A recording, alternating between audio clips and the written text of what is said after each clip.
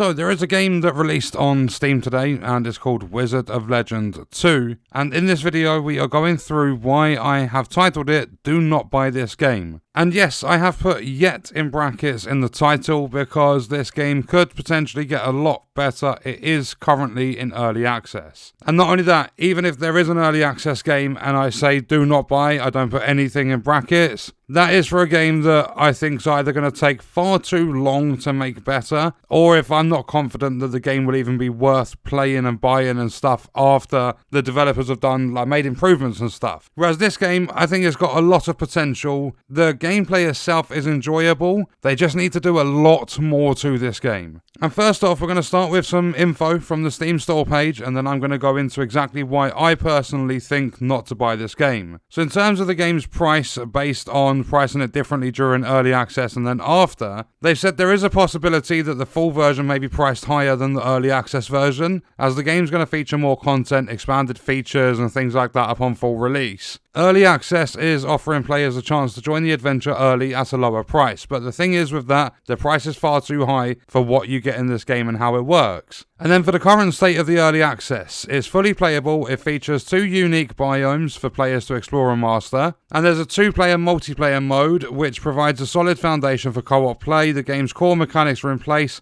and they are going to continue to refine and add content, including additional biomes, multiplayer expansions and even story updates. And then how is the full version planned to differ from early access? It says they're going to have all game biomes compared to the 2 available in early access. It says 2 additional biomes will be introduced over time. They want to have 4-player co-op, which expands from 2 players, which is currently available. They want a more developed and evolving storyline. They aim to use early access to fine-tune gameplay and ensure that the final release is packed with content and features that the community values. And they want more Arcana and relics to be available. So their estimated time in early access is around 6 months. They've said at least 6 months.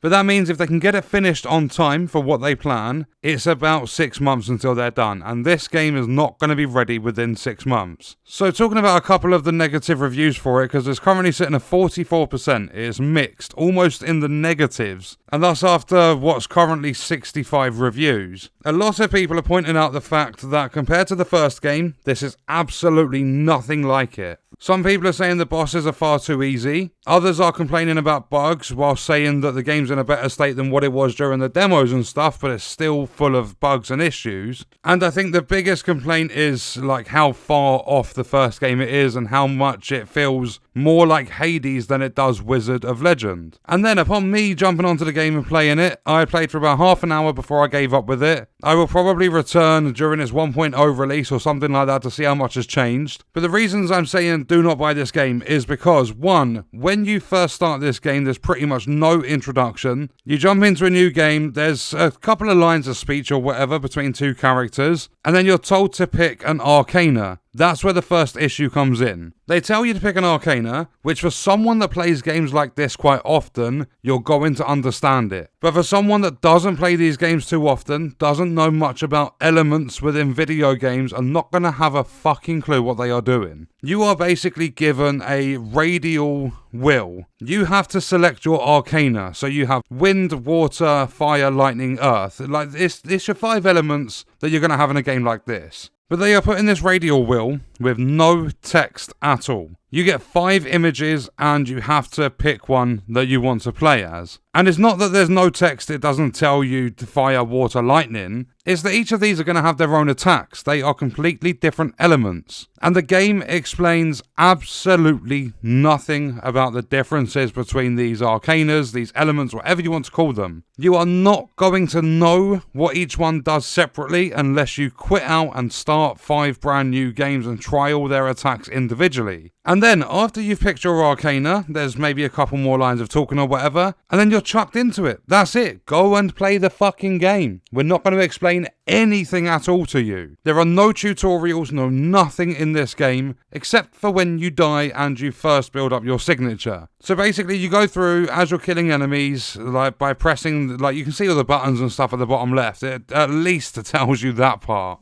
You go through, you kill the enemies, as you're killing them, this blue bar is going to fill up, and this blue bar is going to give you your signature. When you first get your signature, it gives you a little bit of an explanation as to what it does. It's basically a stronger version of the Y attack. So you press Y, you've got a fancy animation. The combat in this game is really, really cool. I was very interested in the combat. I tried the lightning, I tried the fire elements, because I wanted to see if I had missed something and there was a tutorial. So I quit out of my lightning run and I started playing with fire. Then after your signature, like, there's basically nothing else. You just go through, try and progress through the biomes, get your runs done, so on and so forth. And then say for an example, you come across an enemy, you're low health, you die, you are then going to go to what I'm going to call a hub. And at this hub, you can pay some of the gems that you get from playing through the game, and you can change the colour of your cape and stuff. So there's little bits of character customization in the game. And then you can also use this chest that's going to give you relics. You can also basically spend some resources to unlock some new arcana stuff for your different elements and everything, because you can change your element later on. But guess what? Again, absolutely fucking nothing is explained in the hub either. You just go to this person, talk to them, and then you find out there are relics. You go to this person, speak to him, and then you find out there's different arcana stuff you can buy. You have to figure everything out on your own. Nothing is explained to the player in this game, so it's going to be very confusing for a lot of people unless you are familiar with a game like this. This does not have any user-friendly entry to the game whatsoever. And then in terms of the gameplay, for the most part, I did enjoy it. The combat's really fun. The enemy types are cool. But there is this, the whole part of the genre. This is a roguelike game where you die and you start all over again. And my problem with that is there is barely any ability to get your health back when you are doing a run. The only times I ever restored health on a run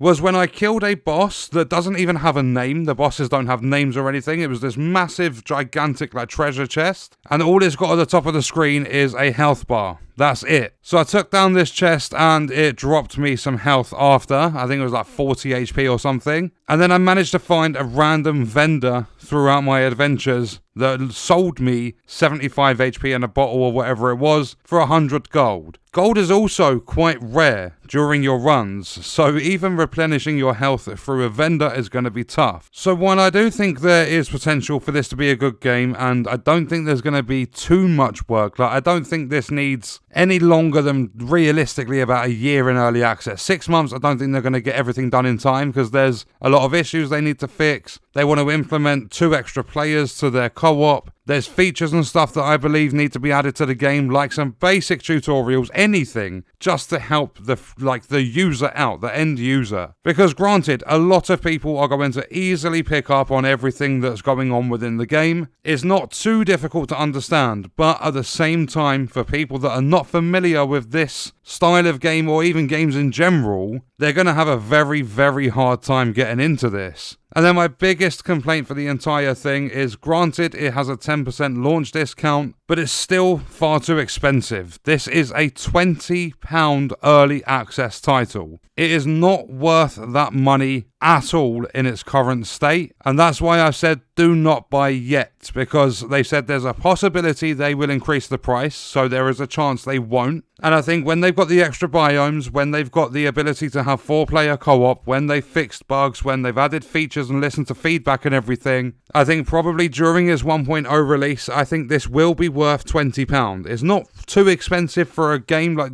when I say that, I mean we get games nowadays that are like £70 to £100. £20 is not too bad for a game price. But for what you are currently getting in the early access version of Wizard of Legend 2, that is far too expensive in my opinion. So my recommendation for this one is to not buy it just yet. And what we are going to do is leave that video there. Let me know your thoughts and stuff about this game in the comments, and I'll see you guys in the next one. I hope you enjoyed it. Thank you for watching.